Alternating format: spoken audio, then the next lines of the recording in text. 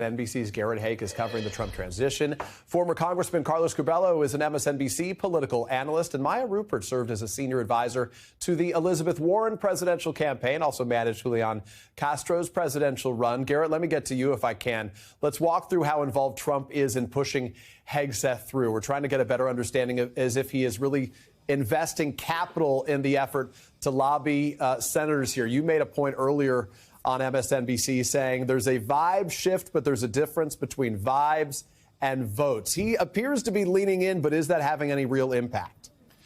It's hard to say for sure right now, Peter, but what I can tell you is that we know that Donald Trump told Pete Hegseth to go out and fight for this nomination. We know that's advice that some senators have given Hegseth behind closed doors, and that's what we've seen in recent days as he's been more aggressive on the Hill, more willing to talk to reporters, including me, about some of the allegations against him, and it's benefited him in the form of that public kind of re-endorsement from Donald Trump in the form of that Truth Social post you just shared. I can tell you that just within the last few minutes, J.D. Vance, traveling in North Carolina today, was asked about Hegseth and said that he has been picking up the phone to talk to senators on Hegseth's behalf, including notably Joni Ernst. Ernst, the senator from Iowa, a combat veteran herself, has been, if not a holdout, at least more willing to appear publicly skeptical about Hegseth and about his chances of being confirmed.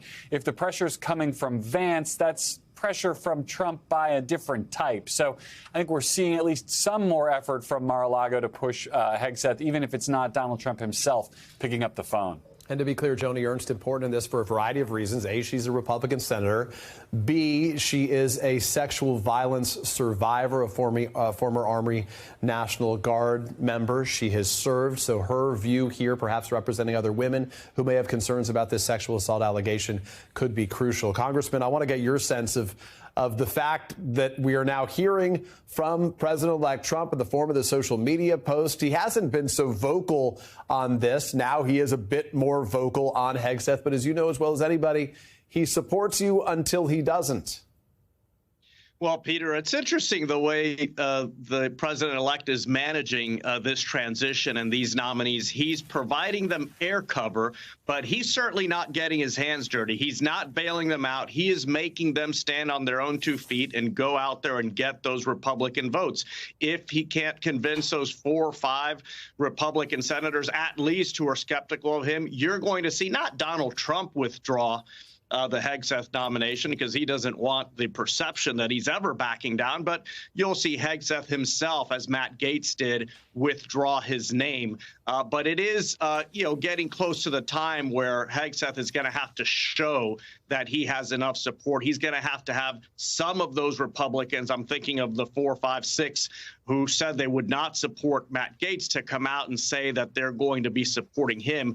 Otherwise, he's just going to run out of a runway here. I will say even some lawmakers candidly said they didn't think this would make it to the end of the week. It's clear that Donald Trump is giving him the room to try to run for this job on his own. Hegseth, it's not clear, though, that that's enough to change the lawmakers' views here. Maya, Pete Hegseth, not the only Trump pick to face Republican opposition on the Hill. We were just talking about Matt Gaetz. He withdrew his name for Attorney General. Trump's pick to lead the DEA also dropping out. Now a prominent Republican is raising questions about Hegseth. This is from Kevin Kramer, a senator. He tells Semaphore, quote, "I suspect they have possible backup plans. I do not imagine Pete Hegseth was the only person they were thinking about." That's kind of striking. Kramer has been more positive about Hegseth than a lot of others here. Kramer added that he's willing to give Hegseth a shot. But do you see this nomination as doomed? Do you think Hegseth can pull this out?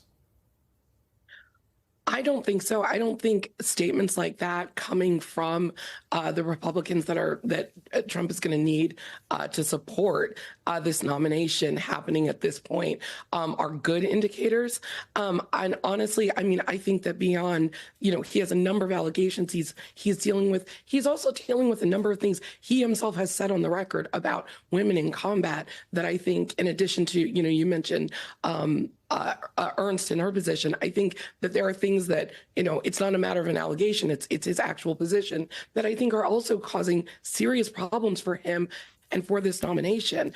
I think it's interesting that Trump does seem to be kind of withholding his own political capital and not leaning in with, I think, a hope that he can put some of these controversial figures up and then not himself get the backlash if he's unsuccessful. But I think that really what this shows us is this is what Donald Trump is doing. This is how he's going to define his second term. He is putting forth people whose number one qualification seems to be extremism and loyalism. This is not about qualifications, and this is not about people who are popular with even the Republican senators that are going to need to support these nominations. You know, what strikes me is you think about how Donald Trump, round two, everybody was saying, oh, well, now he's learned his lesson from the first go, that he'll be more efficient, have a better process.